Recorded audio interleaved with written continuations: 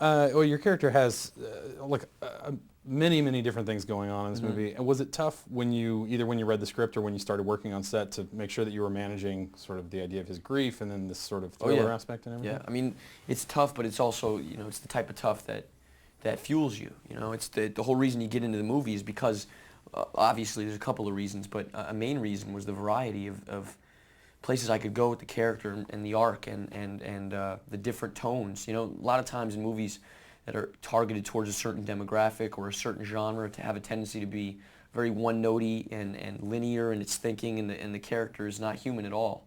People laugh, people cry, people all in the same 20 minutes. You can go through all of them. And movies like this only work if you buy the character. So that was tough because there's the David Fincher window, there's the say anything window, there's the conversation, and straw dogs, and there's a lot of layers to this movie. And so to make sure that it all works and make sure those transitions work, there's points in this movie where I'm coming out of the bathroom having just dropped a deuce, and then to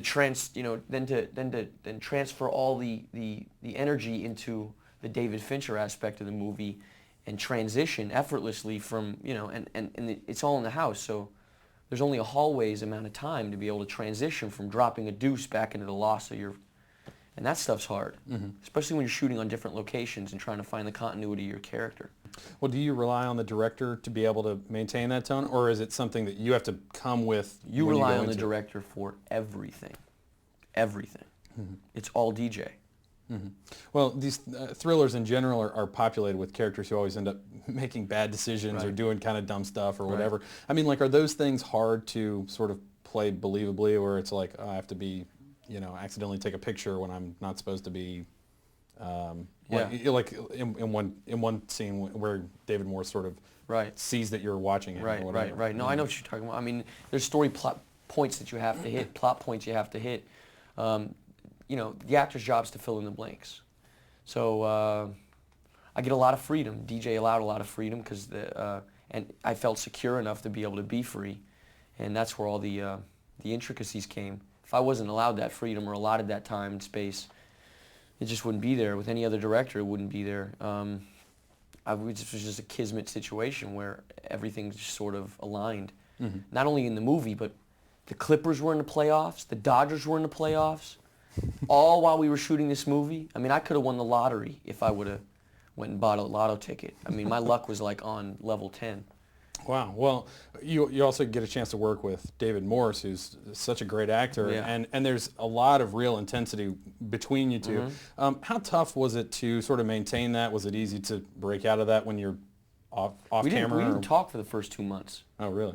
No, he just kept his space, and that's what he needed, and it's just the way it was. We didn't like each other much, and first time we really got to interact one-on-one was the fight scenes. I think the first thing David said to me was, "Duck, this is a real bat."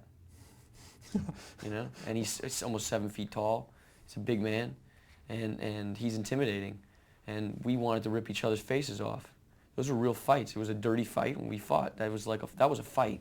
I mean, it's staged and whatnot, but it was full, intense effort. He wound up breaking 3 of his fingers in the fight scene. Wow. Yeah.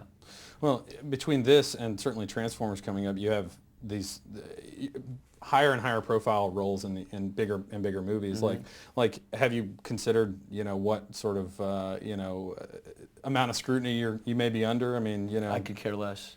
Really? Yeah, about the scrutiny from who? Well, just, sort of, as becoming more of a sort of celebrity as opposed to just continuing to be, obviously a character actor. I'd much rather just maintain my actor status. The celebrity thing is poisonous. That's when things start going haywire. I've never striven. It's never been a goal to be a celebrity. It just seems poisonous.